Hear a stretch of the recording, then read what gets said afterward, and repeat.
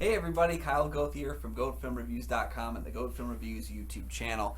And today we're going to do another movie haul. This is for February 2022. I wasn't sure that I had enough movies going through this month to actually discuss, but I ended up getting gifted or passed along a bunch of movies, so I thought I would talk about those and just get a chance to see what has been added to my collection this month. Let's start with the ones that I specifically purchased, the ones that I hunted down and got my hands on here. And we'll start with a pretty standard one that I knew was going to be part of my collection, and that is Dune. I got the 4K for Dune that just showed up. For me, if this movie had not gotten a sequel green light, I don't know that I would have purchased it because I love the movie, but it ends in a place where if this was the only movie I got, I would feel like I'm not there. Like I haven't been satisfied at the end of the film. So I was excited to find out it did get a green light. We will see a Dune Part 2. And with that, then I was able to add this to my collection. Not only that, it's a movie my wife loved and she wanted to own, which makes it easier to add to my collection if it's something she also is going to watch a lot. So yeah, we got this Dune 4K right there. Standard issue 4K, but it's the kind of movie that like you gotta have. Like if you're a 4K fan, the presentation on this thing is going to be tremendous. So, yeah. Another thing, this is something I pre-ordered a while ago, or I guess I should say not too long ago. I was kind of on the fence about buying this item, and was swayed by a number of other people that I knew who were aware of some of the films in this set. This is Severin Films' All the Haunts Be Ours. This is a massive, like, what is it?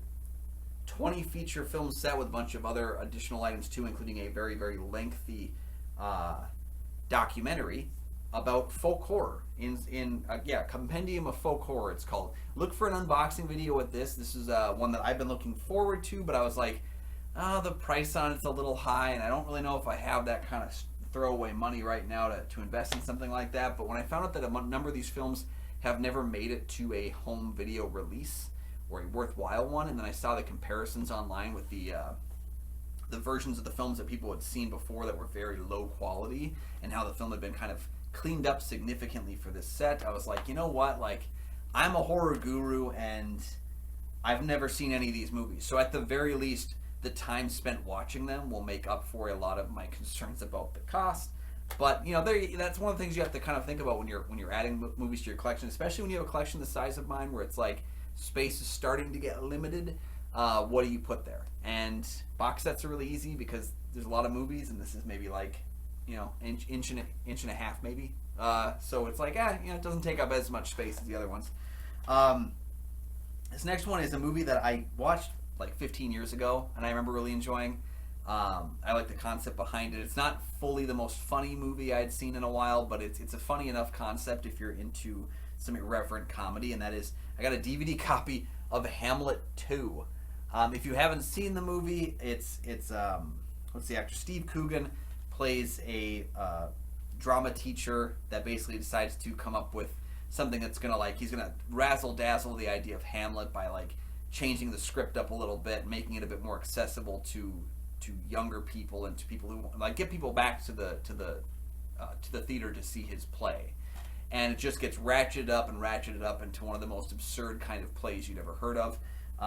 Having read Hamlet a few times, I kind of get the idea behind like the concept, and so I thought this movie is funny enough. It's not brilliant. It's not the most. It doesn't take full use of its concept, but it's funny enough and definitely worth watching if you haven't seen it and if you're into that kind of thing. Let's see. Up next here, I got a copy of what I consider to be actually a damn good James Bond movie, and that is the 4K for No Time to Die. I've got the previous films. I have all the other James Bond films. I have the 20 pack of DVDs from about 10 years ago that they released. A couple of I've upgraded to Blu-rays, and I've got Blu-rays for the other films in the Craig era. I thought this was a really good finale to kind of where his character was trajectory of where he was going to be.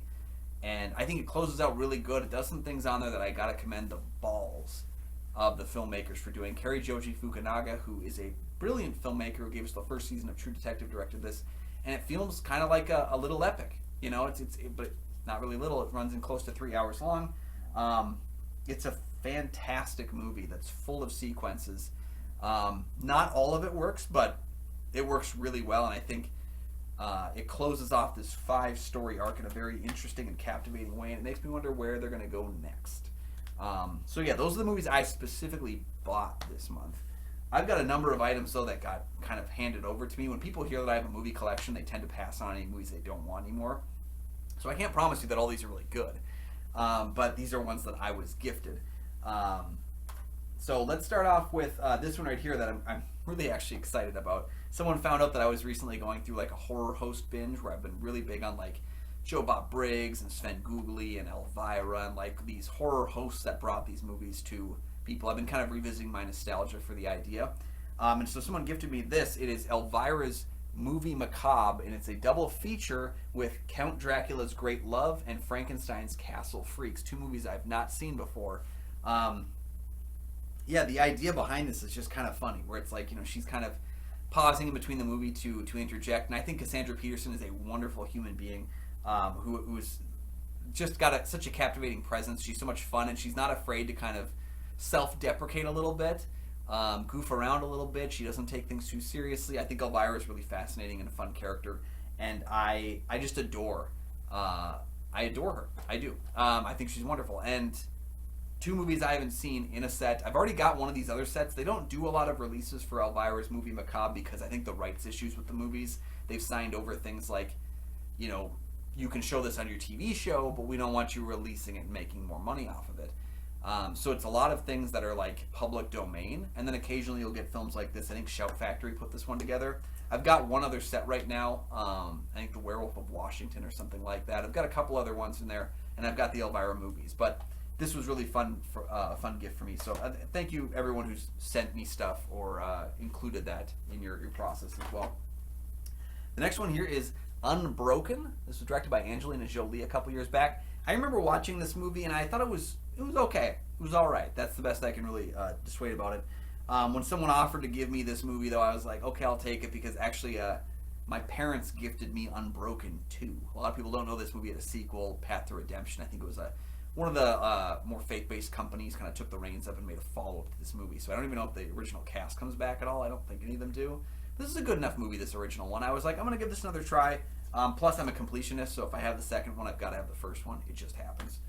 Another thing I got sent to me, I will always take a good comedy special, and I haven't seen this one yet. So Martin Lawrence, You So Crazy, entered my personal collection this week. So this is an HBO stand-up special. I don't know if I've ever actually seen Martin Lawrence's stand-up, but I will take it and I will give it a watch.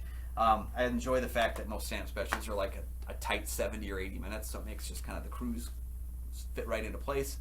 And some of them, the really good ones, are worth revisiting. So I'm happy to add that to the collection, the uncut version of that stand-up special. These next couple ones got gifted to me by my good friend Nick Polatichuk from the St. Paul Filmcast. I don't know how he came in contact with these movies, but he sent them my way. So he gave me a copy of Pathology, a movie I've not heard of, but it stars Milo Ventimiglia from Heroes. I was a big fan of that show. Michael Weston, and then Alyssa Milano is over here as well. This is actually written by Neville Dean and Taylor, who did the Crank films and the second Ghost Rider and Gamer. They worked on those. So I've never heard of this movie. I know nothing about it. It kind of reminds me of like that. There's that washed out, like hazy white look on the cover that reminded me of things like Afterlife or some of like the horror movies from this like late 2000s, early 2010 kind of a thing. I don't have a lot of faith in it, but I will gladly watch it. So thank you for that. Another movie I don't know if I have a lot of faith in is Nicolas Cage's Bangkok Dangerous. This is another one sent to me. Again, it's tough for me to say no with something that I don't think is going to be very good, but I haven't seen this movie, so I will gladly watch it, give it a go through, and let you know. Nicolas Cage from this time period, not particularly winning, but I'm very excited to watch the film and find out for myself.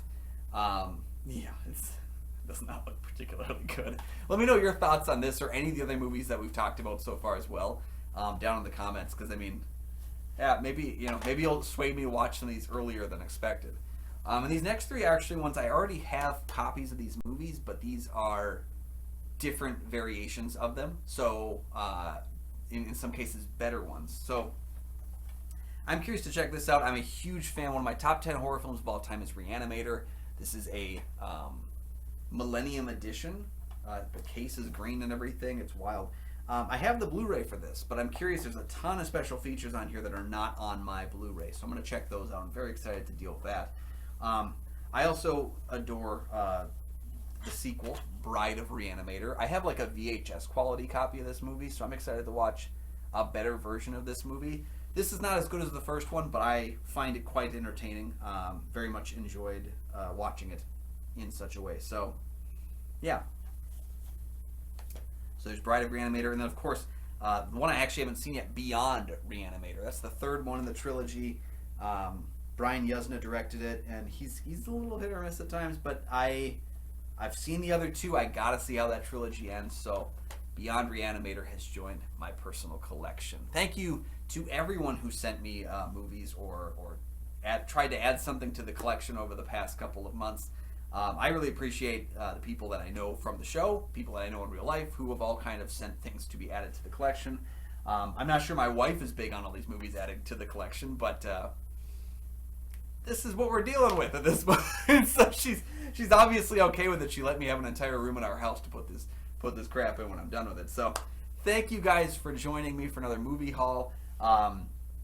Let me know what movies from this set you are a fan of, which ones you hate, which ones should I watch first. I've already watched Dune since picking it up, so I've got in there, but there's a number of other movies that need either a rewatch or a first watch. Let me know what you think of the various films in this movie haul, and we'll see you guys in March. I'll probably have a video, I think. I don't know. I mean, right now, this is the time of year I don't usually buy a lot of movies because there's not a lot of sales going on, and it's kind of that part where I'm hungover from buying too many movies over the holidays. So I have to get over like that hangover, that hazy, I spent too much money on crap. But if you're interested, you can send me some more stuff to add to the collection. But I might do a video in March. March is my birthday month, and so I tend to find a couple of movies or have family members, friends that buy me stuff for the birthday. I don't know. We'll have to find out. Last couple of years, my wife's been buying me video games for my birthday, so I probably won't have a video of movies, but we'll find out. We'll see what happens. Thank you guys for joining me. You can find all my film reviews at goatfilmreviews.com. You can check me out on Facebook at Goat Film Reviews. You can also follow me personally at Almighty Goatman on Twitter and Instagram. You can find Almighty Goatman on Letterboxd as well for some of my various other movie watching experiences. And you can also check out my other show, Kyle and Nick on Film. We have new episodes Mondays, Thursdays, and Saturdays. Myself and Nick Plotchuk from the St. Paul Filmcast, where we break down some various movies. It's always kind of a hodgepodge. We talk a lot of like weird movies on there, or stuff that I personally like, just things from like the random spheres of the world.